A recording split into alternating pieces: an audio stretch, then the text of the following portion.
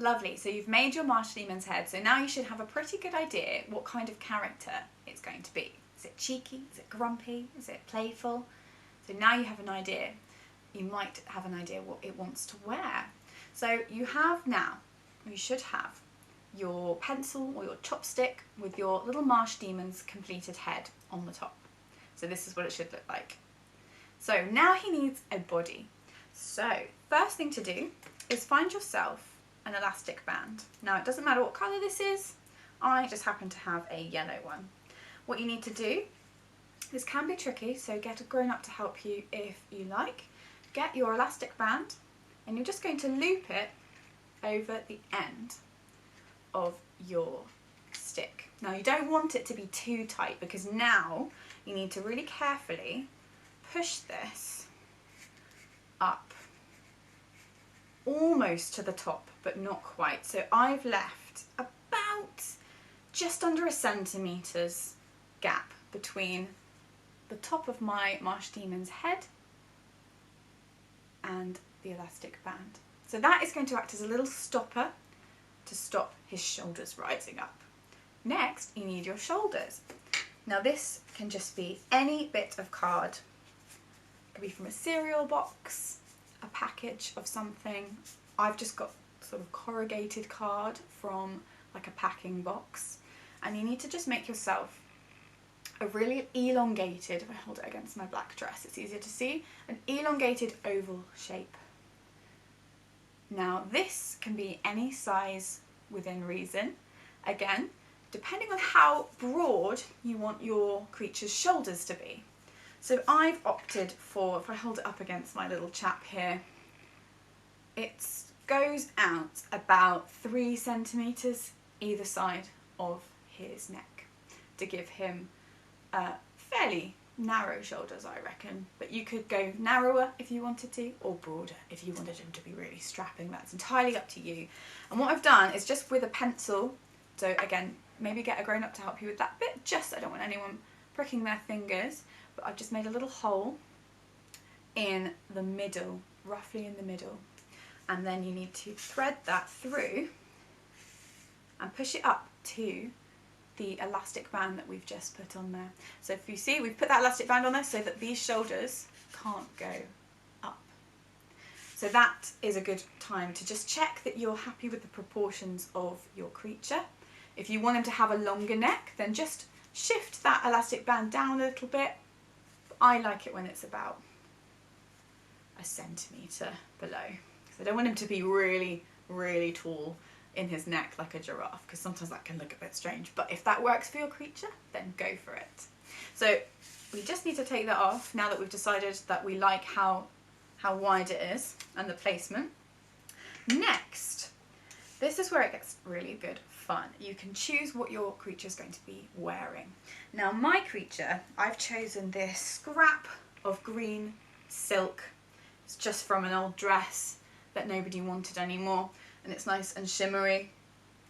It doesn't have to be neat at all, so I don't reckon these Marsh Demons have got good tailors. I think they just find any old thing.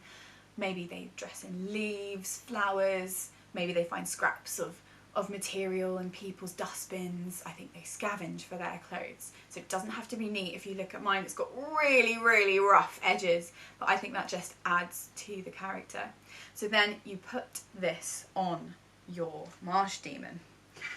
Now I roughly folded my fabric in half this way, and then in half that way, and then this inner corner gives you roughly the centre. So you just get some scissors and you just snip a little hole. You don't want it to be massive, just a little hole. So then when you open it up, there should be a hole in the middle, or roughly in the middle. It doesn't have to be a precise art. So you see my finger, so that's roughly the middle. Then you find that hole and you thread the bottom of your stick through the hole. And it might help if you turn it upside down at that point. Make sure it's nice and neat. Brilliant. Now we need our shoulder plate again. So find your shoulders, thread that on. So you're just building up layers and it will all make sense when you turn it over. Then you need another elastic band. Again, doesn't matter what colour, what thickness, just a nice good elastic band. And just as we did before, loop it around the bottom, not too tight, because again, we need to thread it up our stick, just like we did with the first one. Get an adult to help you if you need, because this bit isn't always that easy.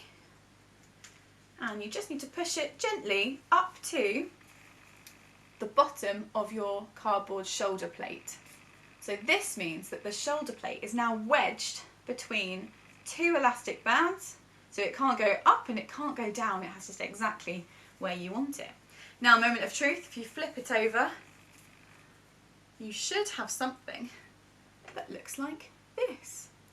So if you look, you can see my Marsh Demon head that we made earlier, and then it looks like it's got shoulders that its cloak really nicely drapes over. So even though there's just a stick under there, to the audience it looks like it's got a lovely full body underneath its magnificent green robes. Lovely.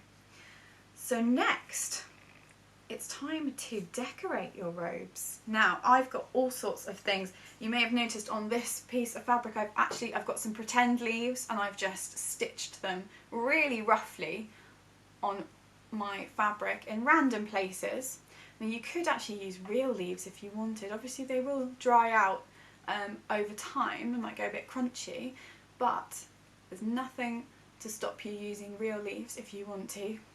I've also got other scraps of green fabric which I've got prepared here, which you can layer onto your creature. So I've just found some scraps of green and I've cut it into a sort of almost like a star shape, a really rough star shape to make tassels. And if you look closely, I've taken my green wool and I've tied it around, so you almost have these little tufts like grass and weeds, and I've sewn some more leaves on.